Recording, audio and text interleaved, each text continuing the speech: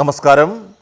2014 ലോക്സഭാ തെരഞ്ഞെടുപ്പ് ഫലത്തിൽ 282 എന്ന കേവല ഭൂരിപക്ഷത്തിൽ നിന്നും 2019 അത് 303 സീറ്റിലേക്ക് NDA വളർന്നത് വലിയ ഒരു വിജയമൊന്നുമായിരുന്നില്ല. കേവലം 21 സീറ്റുകളുടെ മാത്രം വ്യത്യാസമാണ് ഉണ്ടായത്.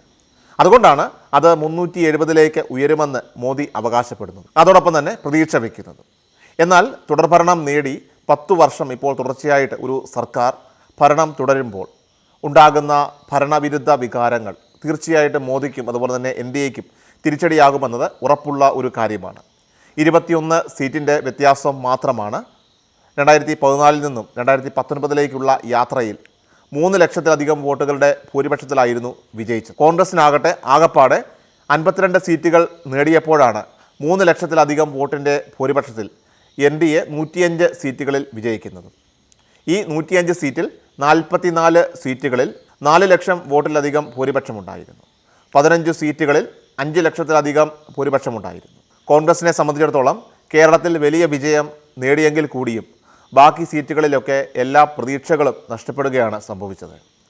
3 ലക്ഷത്തിലധികം ഭൂരിപക്ഷം നേടിയ ഈ 105 സീറ്റുകൾ തന്നെയാണ് NDAയുടെ ഇത്തവണത്തെ പ്രതീക്ഷയും. അവിടെയൊന്നും സംഭവിക്കില്ലെന്ന പ്രതീക്ഷ തന്നെയാണ് NDA മുന്നണിക്ക്. എന്നാൽ NDA നേടിയ ആ 303 സീറ്റുകളിൽ 40 സീറ്റുകളിൽ 50,000-ൽ താഴെ മാത്രമായിരുന്നു ഭൂരിപക്ഷമുണ്ടായിരുന്നത്. ഇത് തീർച്ചയായിട്ടും NDA മുന്നണിക്ക് കൂടുതൽ നെഞ്ചിടിപ്പ് ഇത്തവണ കൂട്ടും.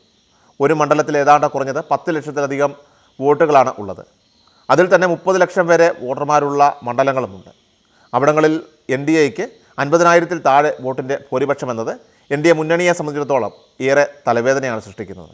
അതുകൊണ്ട് തന്നെ 105 സീറ്റും 3 ലക്ഷത്തിലധികം ഭൂരിപക്ഷം നേടിയെന്നതിനേക്കാൾ അപ്പുറമായിട്ട് തന്നെ ഈ 40 സീറ്റുകളിൽ 50,000-ൽ താഴെ ഭൂരിപക്ഷം നേടിയെന്നുള്ളതാണ് ഈ 2024 തെരഞ്ഞെടുപ്പിൽ ആശങ്കപ്പെടുത്തുന്നത്. അതുകൊണ്ട് തന്നെ ഈ 40 സീറ്റുകൾ അത് ഈ 2024 നഷ്ടപ്പെടുമോ എന്ന ഒരു സാധ്യത ശരിക്കും NDA മുന്നണിയെ ആശങ്കപ്പെടുത്തുന്നുണ്ട്.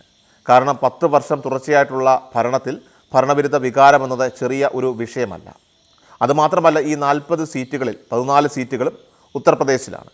ചിലയിടങ്ങളിലൊക്കെ 2000 അല്ലെങ്കിൽ 1000 വോട്ടുകളുടെയൊക്കെ ഭൂരിപക്ഷം മാത്രമാണ് കിട്ടിയത്. ഉത്തർപ്രദേശിൽ കോൺഗ്രസും സമാജ്വാദി പാർട്ടിയും ഒരുമിച്ച് നിൽക്കുമ്പോൾ അവിടെ ചില മാറ്റങ്ങൾക്ക് സാധ്യത ഉണ്ടെന്നാണ് കോൺഗ്രസ് ഇപ്പോൾ പ്രതീക്ഷിക്കുന്നത്. പക്ഷേ കഴിഞ്ഞ തവണ ഉത്തർപ്രദേശിലാകട്ടെ സമാജ്വാദി പാർട്ടിയും അതുപോലെ BSPയും ഒരുമിച്ച് നിന്നതുകൊണ്ട് അവിടെ 62 സീറ്റായിട്ട് കുറഞ്ഞു.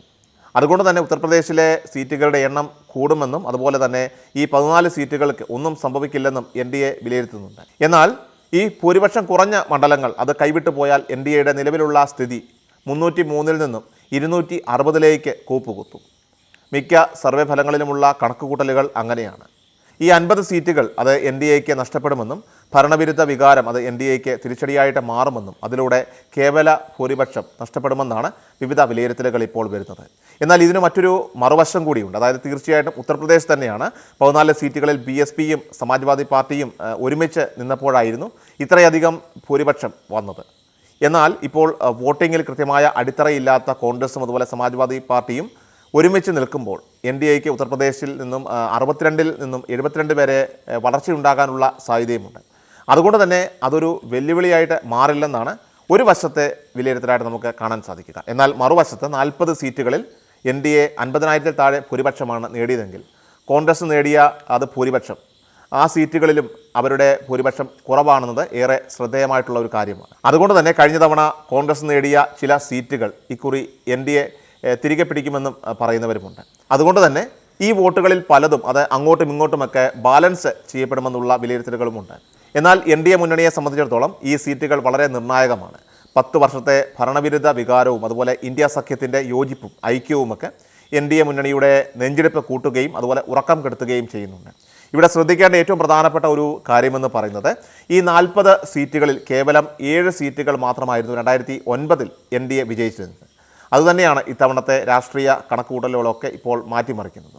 അങ്ങനെ ഓരോ കണക്കുകൾ പുറത്തു വരുമ്പോഴും ഏറ്റവും ഒടുവിലായിട്ട് പുറത്തു വന്നിരിക്കുന്ന ഒരു കാര്യമെന്നത് NDA 324 സീറ്റുകൾ ഒറ്റയ്ക്ക് നേടുമെന്നാണ്. എൻറിച്ച് ഇൻവെസ്റ്റ്മെന്റിന്റെ ഒരു റിസർച്ച് പഠനമാണ് ഈ റിപ്പോർട്ട് ഇപ്പോൾ കൃത്യമായിട്ട് പ്രവചിക്കുന്നത്. ഈ എൻറിച്ച് ഇൻവെസ്റ്റ്മെന്റിന്റെ സർവേ പ്രകാരം നമുക്ക് ഓരോ മണ്ഡലങ്ങളും കൃത്യമായിട്ടൊന്ന് പരിശോധിക്കാം. അതിൽ ആന്ധ്രാപ്രദേശിൽ ആകെയുള്ളത് 25 സീറ്റുകൾ. ഈ 25 സീറ്റുകളിൽ NDAക്ക് 18 സീറ്റുകൾ നേടാൻ സാധിക്കുമെന്നാണ് സർവേ വിലയിരുത്തുന്നത്. അടുത്തത് ഇനി തെലങ്കാനയാണ്. തെലങ്കാനയിലാണെങ്കിൽ ആകെയുള്ളത് 17 സീറ്റുകൾ. ഈ 17 സീറ്റുകളിൽ 10 സീറ്റുകൾ NDAക്ക് നേടാൻ സാധിക്കുമെന്നാണ് സർവേ വിലയിരുത്തുന്നത്. അടുത്തത് കർണാടകയാണ്. കർണാടകയിലാണെങ്കിൽ ആകെയുള്ള സീറ്റുകൾ 28ആണ്. 28ൽ 26 സീറ്റുകളും അത് NDA നേടുമെന്നാണ് എൻറിച്ച് ഇൻവെസ്റ്റ്മെൻറ്റിൻ്റെ പഠന റിപ്പോർട്ട് വിശദമാക്കുന്നത്. ഇനി തമിഴ്നാട്ടിൽ ആകെയുള്ള സീറ്റുകൾ അത് 39 സീറ്റുകളാണ്. ഈ 39ൽ 2 സീറ്റുകൾ അത് NDA നേടുമെന്നാണ് സർവേ വിലയിരുത്തുന്നത്. അടുത്തത് കേരളത്തിലേക്ക് നമ്മൾ വന്നു കഴിഞ്ഞാൽ കേരളത്തിൽ ആകെയുള്ള ടോട്ടൽ സീറ്റുകൾ അത് 20 സീറ്റുകളാണ്. 20 മണ്ഡലങ്ങളിൽ 20ഉം ഇന്ത്യ മുന്നണി നേടും. NDAക്ക് ഒരു സീറ്റ് പോലും നേടാൻ സാധിക്കില്ല എന്നാണ് സർവേ വിലയിരുത്തുന്നത്. ഇനി നമ്മൾ അസമിലേക്ക് വന്നു കഴിഞ്ഞാൽ അസമിൽ ആകെയുള്ള 14 സീറ്റുകൾ. ഈ 14 സീറ്റുകളിൽ 9 സീറ്റുകളും NDA നേടുമെന്നാണ് എൻറിച്ച് ഇൻവെസ്റ്റ്മെൻറ്റിൻ്റെ പഠന റിപ്പോർട്ട് വിശദമാക്കുന്നത്. അടുത്തത് വെസ്റ്റ് ബംഗാളാണ്. വെസ്റ്റ് ബംഗാളിൽ ആകെയുള്ള 42 സീറ്റുകളിൽ 26 സീറ്റും NDA നേടുമെന്നാണ് സർവേ റിപ്പോർട്ട് പുറത്തു വരുന്നത്. ഇനി ബീഹാറിലേക്ക് വന്നു കഴിഞ്ഞാൽ ബീഹാറിൽ ആകെയുള്ള 40 സീറ്റുകളിൽ 36 സീറ്റുകളും അത് NDA നേടുമെന്നാണ് ഈ ഒരു സർവേ വിലയിരുത്തുന്നത്. അടുത്തത് ഒഡീഷയാണ്. ഒഡീഷയിലാണെങ്കിൽ ആകെയുള്ള സീറ്റുകളിൽ 14 സീറ്റുകൾ NDA നേടുമെന്നാണ് ഈ ഒരു സർവേ വിലയിരുത്തുന്നത്. അടുത്തത് ഛത്തീസ്ഗഡാണ്. ഛത്തീസ്ഗഡിൽ ആകെയുള്ള 11 സീറ്റുകളിൽ 10 സീറ്റുകളും അത് NDA നേടുമെന്നാണ് സർവേ വിലയിരുത്തുന്നത്. അടുത്തത് ഉത്തർപ്രദേശാണ്. ഉത്തർപ്രദേശിൽ ആകെയുള്ള 80 സീറ്റുകൾ, ഏറ്റവും അധികം മണ്ഡലങ്ങളുള്ള ഒരു സംസ്ഥാനമാണ് ഉത്തർപ്രദേശ്. ഉത്തർപ്രദേശിലെ 80 സീറ്റുകളിൽ 75ഉം NDA തൂത്തുവാരുമെന്നാണ് സർവേ വിലയിരുത്തുന്നത്. ഇനി ഗുജറാത്തിലേക്ക് വന്നു കഴിഞ്ഞാൽ ഗുജറാത്തിൽ ആകെയുള്ള 26 സീറ്റുകളിൽ 26 സീറ്റും NDA നേടുമെന്നാണ് സർവേ വിലയിരുത്തുന്നത്. അടുത്തത് രാജസ്ഥാനാണ്. രാജസ്ഥാനിൽ ആകെയുള്ള 25 സീറ്റുകളിൽ 23 NDA നേടുമെന്നാണ് സർവേ വിലയിരുത്തുന്നത്.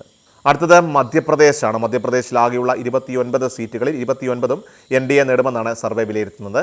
അടുത്തത് ഉത്തരാഖണ്ഡാണ്. ഉത്തരാഖണ്ഡിൽ ആകെയുള്ള 5 സീറ്റുകളിൽ 5 സീറ്റും NDA നേടുമെന്നാണ് സർവേ വിലയിരുത്തുന്നത്. അടുത്തത് മഹാരാഷ്ട്രയാണ്. മഹാരാഷ്ട്രയിൽ ആകെയുള്ള 48 സീറ്റുകളിൽ 31 അത് NDA നേടുമെന്നാണ് സർവേ വിലയിരുത്തുന്നത്. അടുത്തത് ഹരിയാനയാണ്. ഹരിയാനയിൽ ആകെയുള്ള 10 സീറ്റുകളിൽ 5 NDA നേടുമെന്നാണ് സർവേ വിലയിരുത്തുന്നത്. അടുത്തത് ഡൽഹിയാണ്. ഡൽഹിയിൽ ആകെയുള്ള 7 സീറ്റുകളിൽ 7 സീറ്റുകളും NDA നേടുമെന്നാണ് സർവേ വിലയിരുത്തുന്നത്. ഇനി പഞ്ചാബിലേക്ക് വന്നു കഴിഞ്ഞാൽ പഞ്ചാബിൽ ആകെയുള്ള 13 സീറ്റുകൾ. ഈ 13ൽ 2 NDAക്കൊപ്പമെന്നാണ് സർവേ വിലയിരുത്തുന്നത്. അടുത്തത് ഹിമാചൽ പ്രദേശാണ്. ഹിമാചൽ പ്രദേശിൽ ആകെയുള്ള 4 സീറ്റുകളിൽ 4 സീറ്റും അത് NDA നേടുമെന്നാണ് സർവേ വിലയിരുത്തുന്നത്. ഇനി ജാർഖണ്ഡിലേക്ക് വന്നു കഴിഞ്ഞാൽ ജാർഖണ്ഡിൽ ആകെയുള്ള 14 സീറ്റുകൾ. ഈ 14ൽ 8 NDA നേടുമെന്നാണ് ഈ ഒരു സർവേ വിലയിരുത്തുന്നത്. ഇനി ഗോവയിലേക്ക് വന്നു കഴിഞ്ഞാൽ ഗോവയിൽ ഒരു സീറ്റ് പോലും NDAക്ക് നേടാനായിട്ട് സാധിക്കില്ല. 2 സീറ്റും ഇന്ത്യ മുന്നണി നേടുമെന്നാണ് സർവേ ഫലം പുറത്തു വരുന്നത്. ഇനി അടുത്തത് ജമ്മു കാശ്മീർ ആൻഡ് ലഡാക്കാണ്. ഇവിടെ ആകെയുള്ള 6 സീറ്റുകളിൽ 3 സീറ്റുകൾ അത് NDAക്കൊപ്പമെന്നാണ് സർവേ ഫലം പുറത്തു വരുന്നത്. ഇനി മണിപ്പൂരിലേക്ക് വന്നു കഴിഞ്ഞാൽ മണിപ്പൂരിൽ ആകെയുള്ള 2 സീറ്റുകളിൽ 1 സീറ്റ് അത് NDAക്കൊപ്പമെന്നാണ് ഈ ഒരു എൻറിച്ച് ഇൻവെസ്റ്റ്മെൻറ്റിൻ്റെ സർവേ ഫലം പുറത്തു വരുന്നത്. അടുത്തത് മേഘാലയയാണ്. മേഘാലയയിൽ ആകെയുള്ള 2 സീറ്റുകളിൽ 1 സീറ്റ് അത് NDA നേടും. അടുത്തത് അരുണാചൽ പ്രദേശാണ്. അരുണാചൽ പ്രദേശിൽ ആകെയുള്ള 2 സീറ്റുകളിൽ 2 സീറ്റും NDAക്കൊപ്പമെന്നാണ് സർവേ വിലയിരുത്തുന്നത്. ഇനി ത്രിപുരയിലേക്ക് വന്നു കഴിഞ്ഞാൽ ത്രിപുരയിൽ ആകെയുള്ള 2 സീറ്റുകളിൽ 2 സീറ്റും NDA നേടുമെന്നാണ് സർവേ ഫലം പുറത്തു വരുന്നത്. ഇനി അടുത്തത് കേന്ദ്രഭരണ പ്രദേശങ്ങളിൽ പ്രധാനമായിട്ടും 9 സീറ്റുകൾ, 9ൽ 5 അത് NDA നേടുമെന്നാണ് സർവേ ഫലം വിലയിരുത്തുന്നത്. ഏതായാലും ഈ റിപ്പോർട്ടുകളുടെ അടിസ്ഥാനത്തിൽ നമുക്ക് തീർച്ചയായിട്ടും കാത്തിരിക്കാനേ കഴിയുകയുള്ളൂ. ജൂൺ 4 തീയതി കൃത്യമായിട്ടുള്ളൊരു ചിത്രം നമുക്ക് ഈ ഒരു 2024 ലോക്സഭാ തെരഞ്ഞെടുപ്പുമായി ബന്ധപ്പെട്ട് അറിയാൻ സാധിക്കും. ക്രിഷ്യൽ മീഡിയ എല്ലാ ദിവസവും വാർത്തകൾക്കും അറിയിപ്പുകൾക്കുമായി യൂട്യൂബ് ചാനൽ സബ്സ്ക്രൈബ് ചെയ്യുക, ഫേസ്ബുക്ക് പേജ് ഫോളോ ചെയ്യുക. വാർത്തകളുടെ നോട്ടിഫിക്കേഷനായി ബെൽ ഐക്കൺ എനേബിൾ ചെയ്യുക.